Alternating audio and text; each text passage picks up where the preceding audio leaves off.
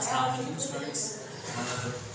आज जो हमारा टॉपिक है वो ये है कि चैप्टर केमिस्ट्री का जो स्कीम ऑफ स्टडी है उसको स्टडी करेंगे इस साल 10 की क्लास के बोर्ड के पेपर्स के लिए। तो बेटा इसमें मैंने आपके सामने चैप्टर्स मेंशन किए हैं। Chapter number 9, 10, 11, 12, 13, 14, 15, 16। अब होता है कि पहले 8 चैप्टर जो है वो क्लास जो है वो 9th में है और केमिस्ट्री के जो चैप्टर नंबर 1 है उसको 9 कहा जाता है।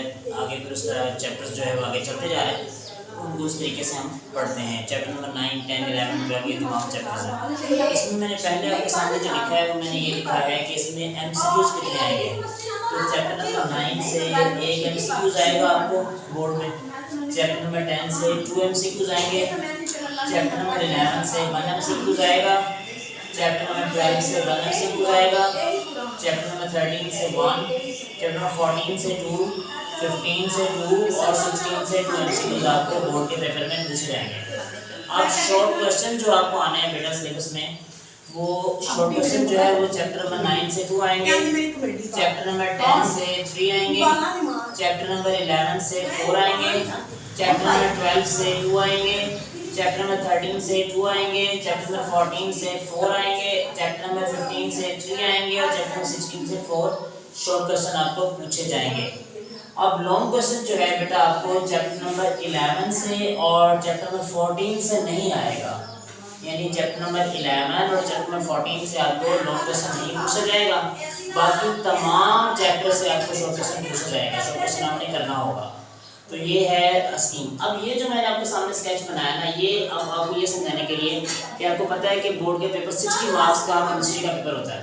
60 नंबर के पेपर में पहला जो सवाल है वो MCQs का क्वेश्चन है, उसमें 12 MCQs होंगे। आपने बबल शीट को फिल करना होगा, वो भी इंशाल्लाह एक वीडियो में मैं आपको समझाऊंगा कि बबल शीट को किस तरीके से आपने फिल करना है। तो 12 MCQs आपने, वो तो आपको मैंने बता दिया कि किस चैप्टर से कितने आएंगे, वो अच्छे से मॉडल पेपर से आप लोग उसको MCQs को गो थ्रू करें, क्योंकि अभी 10 क्लास में बच्चे का लेवल इस कदर नहीं होता कि आप उसके MCQs को खुद ही बनाकर आगे हल कर सकें। तो उनको आप खुद ही बना सकेंगे, तो MCQs को आपने जो है वो खुद ही करना है और खुद ही बनाना है। यानी कि MCQs को बनाने के बाद उनको आपने आगे जो है वो सॉल्व आउट करना, उनको हल करना है।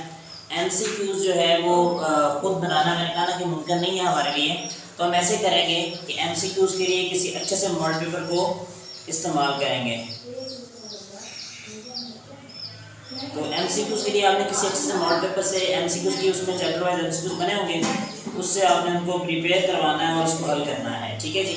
तो ये हम MCQs को किसी मॉडल पेपर से प्रिपेयर करेंगे। शॉर्ट क्वेश्चन की ग्रुप्स कैसे बने होंगे वो अब बात यहाँ सीखने वाली है, समझने वाली है। क्वेश्चन नंबर 2 जो है, सवाल नंबर 2 जो है, question number 2, chapter number 9, chapter number 11, chapter number 12, इनका एक ग्रुप बना होगा। क्वेश्चन नंबर 2 में chapter number 9, chapter number 11, chapter number 12, 9 में 2 शॉर्ट, 11 में से 4 शॉर्ट, 12 में से 2 शॉर्ट, 8 शॉर्ट है। 8 शॉर्ट में से आपने 5 शॉर्ट क्वेश्चन करने हैं, यानी 8 शॉर्ट आएंगे, उनमें से 5 आपने करने होंगे। अब अगर इनमें से कोई 2 चैप्टर आप कर लें, फॉर एग्जांपल 9 और 11 कर लें या 12 और 11 कर लें, तो 6 शॉर्ट क्वेश्चन हमें प्रिपेयर हो सकते हैं, 5 हमने चेक करने होते हैं। ठीक है। और वो भी मैंने आपको बताया कि किसी अच्छे से मार्केट से कॉन्सेप्चुअल क्वेश्चंस को ट्राई किया जाए। कॉन्सेप्चुअल क्वेश्चन की बड़ी एक पहचान होती है, यानी हाउ के साथ question, how sound is produced, फिर इसका एक क्वेश्चन है। ठीक है। How atmospheric gases are used to prepare chemicals, atmospheric gas को कैसे इस्तेमाल करते हैं केमिकल्स बनाने के लिए, यानी कि जिसमें आपको सोचना पड़े, कॉन्सेप्ट को अप्लाई करना पड़े, इस तरह के सवाल आएंगे। उसके बाद ये क्वेश्चन नंबर 2 का आपको मैंने ग्रुप समझा दिया कि किस तरीके से आएगा। क्वेश्चन नंबर 3 का ग्रुप है, चैप्टर नंबर 10 में से 3 शॉर्ट आएंगे, 13 में से 2 आएंगे और 15 में से 3 शॉर्ट आएंगे। इनमें से हमने कोई 2 जो है वो अगर चैप्टर चल रहे हैं 10 और 13, तो हमारा शॉर्ट का जो पार्ट है वो मुकम्मल हो सकता है। ठीक है जी।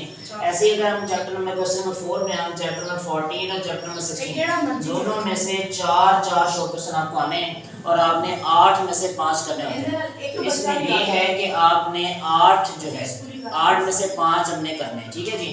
तो उसके बाद क्वेश्चन नंबर 5 है, सवाल नंबर 5 है जो लॉन्ग क्वेश्चन। अब शॉर्ट का मैंने आपको बताया कि 9, 11 और 12 का एक ग्रुप बना हुआ है, 10, 13, 15 का अलग ग्रुप है और 14 और 16 का एक ग्रुप शॉर्ट क्वेश्चन का, एक जो 3 ग्रुप्स बने होंगे सवाल नंबर 2, 3, 4 वो ऐसे बने होंगे। ठीक है जी, ये 90% जो है ना पेपर में बेटा ये स्कीम फॉलो होती है। ठीक है, उसके बाद जो क्वेश्चन नंबर 5 है लॉन्ग पार्ट, उसका ए पार्ट आएगा चैप्टर नंबर 9 में से और बी पार्ट आएगा चैप्टर नंबर 15 में से, और चैप्टर क्वेश्चन नंबर 6 जो है उसका ए पार्ट आएगा चैप्टर नंबर 10 में से और बी पार्ट आएगा चैप्टर नंबर 13 में से, और ऐसे ही क्वेश्चन नंबर 7 का ए पार्ट आएगा चैप्टर नंबर 12 में से और बी पार्ट आएगा चैप्टर नंबर 16 में से। अब शॉर्ट क्वेश्चन जो है वो तो देखिए वो तो काफी सारे बन जाएंगे, नोट्स वगैरह में आपने पढ़े हैं। कुछ इंपॉर्टेंट लॉन्ग्स जो है जो मैंने बनाए हैं, मैंने उसकी फाइल एक बनाई है मोबाइल में, मैं आपको रीड करके बताता हूँ कुछ इंपॉर्टेंट लॉन्ग्स जो है वो क्या है।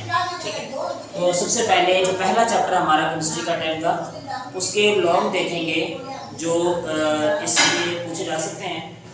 फॉर एग्जांपल इसमें अहम जो है वो लॉन्ग क्वेश्चन है चैप्टर नंबर 9 में, write down the macroscopic characteristics of dynamic equilibrium. Dynamic equilibrium की मैक्रोस्कोपिक खसूसियात तहरीर करें। ये very important most important long question ये है, ये अक्सर बोर्ड में आता है। लॉ ऑफ मैस सेक्शन तहरीर करें और एक जनरल रिएक्शन के लिए इक्विलिब्रियम कांस्टेंट एक्सप्रेशन अखज़ करें। State the law of mass section and drive the expression for equilibrium constant for a general reaction. उसके बाद बेटा एक क्वेश्चन है अक्सर बोर्ड में पूछा गया, इक्विलिब्रियम कांस्टेंट की तारीफ करें और इक्विलिब्रियम कांस्टेंट की मदद से किसी रिएक्शन के हद की पेशेंगोई कैसे की जा सकती है। Define equilibrium constant and how it is equilibrium constant used to predict the extent of a reaction.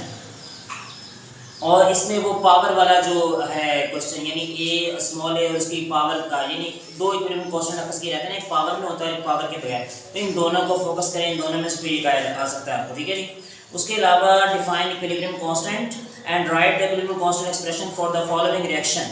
Equilibrium constant की तारीफ बयान करें और रिएक्शन के लिए इक्विलिब्रियम कांस्टेंट एक्सप्रेशन अखज़ करें।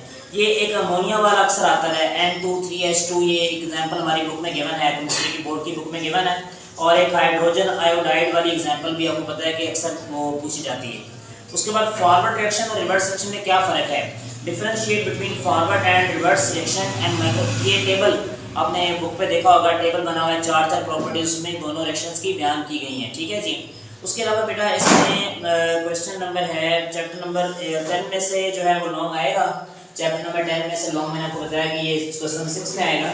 इसका लॉन्ग जो है वो इम्पोर्टेंट सुनिएगा।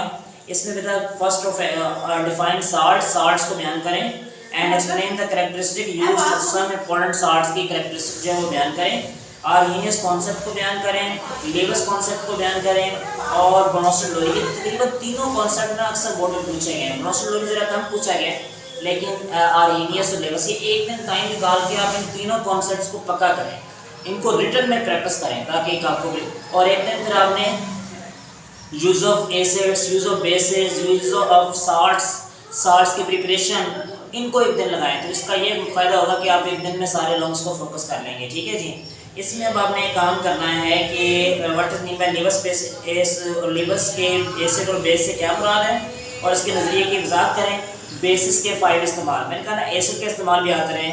व्हाट इज साल्ट को बनाने के 3 method, soluble salt, insoluble salts को बनाने के वो 5 मेथड दिए गए। 5 एसिड की खसूसियात बयान करें, कैटिनेशन से जो है वो ये यहाँ तक ये लॉन्ग, इसमें 6 लॉन्ग बनते हैं।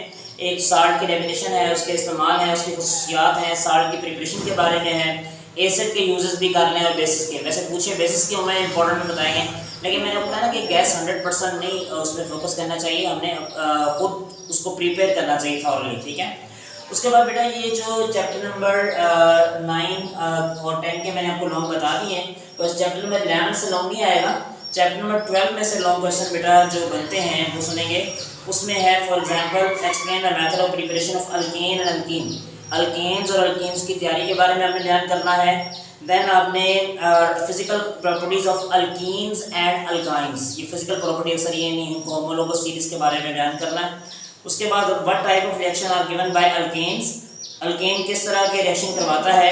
हैलोजिनेशन के बारे में बयान करें, हैलोजिनेशन ऑफ मीथेन, सनलाइट के बारे में। इसमें 4 इक्वेशन दी गई हैं, यानी उसमें आपने देखा हुआ है कि सनलाइट कम हो तो क्या होता है, डिफ्यूज सनलाइट, इस तरह के 4-5 इक्वेशन। उसके बाद use of ethane, ethene, methane, acetylene, इनके इस्तेमाल पढ़ लें। ईथेन के पढ़ लें, इथीन के पढ़ लें, मीथेन के पढ़ लें, एसिटाइलिन के पढ़ लें। हाइड्रोकार्बन की डेफिनेशन उसकी एग्जाम बयान करें। ये सैचुरेटेड है, अनसैचुरेटेड है, उसमें आपको पढ़ा हुआ है स्ट्रेट चेन है, ब्रांच चेन है, एरोमेटिक कंपाउंड्स हैं, नॉन एरोमेटिक है, बेंजोनाइड है।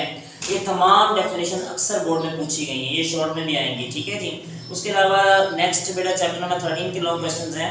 प्रोटीन्स और लिपिड्स के ज़राए और इस्तेमाल की वजाहत करें, uses of sources of protein और use of lipids and vitamin के बारे में बयान करें, विटामिन क्या होते हैं और इसकी अक़साम, टाइप्स ऑफ, इसकी अहमियत बयान करें, इंपॉर्टेंस ऑफ विटामिन, कार्बोहाइड्रेट क्या हैं कि यूजेस और यूजेस बयान करें, अमाइनो एसिड और अमाइनो एसिड के बिल्डिंग ब्लॉक्स क्या होते हैं। ये इसमें हमने पेप्टाइड लिंकेज की इक्वेशन मैंने कहा ना, इनको लिख के केमिस्ट्री में 10 की केमिस्ट्री में इक्वेशंस बहुत ज़्यादा हैं, इक्वेशंस के ऊपर फोकस करना आप लोगों ने, ठीक है।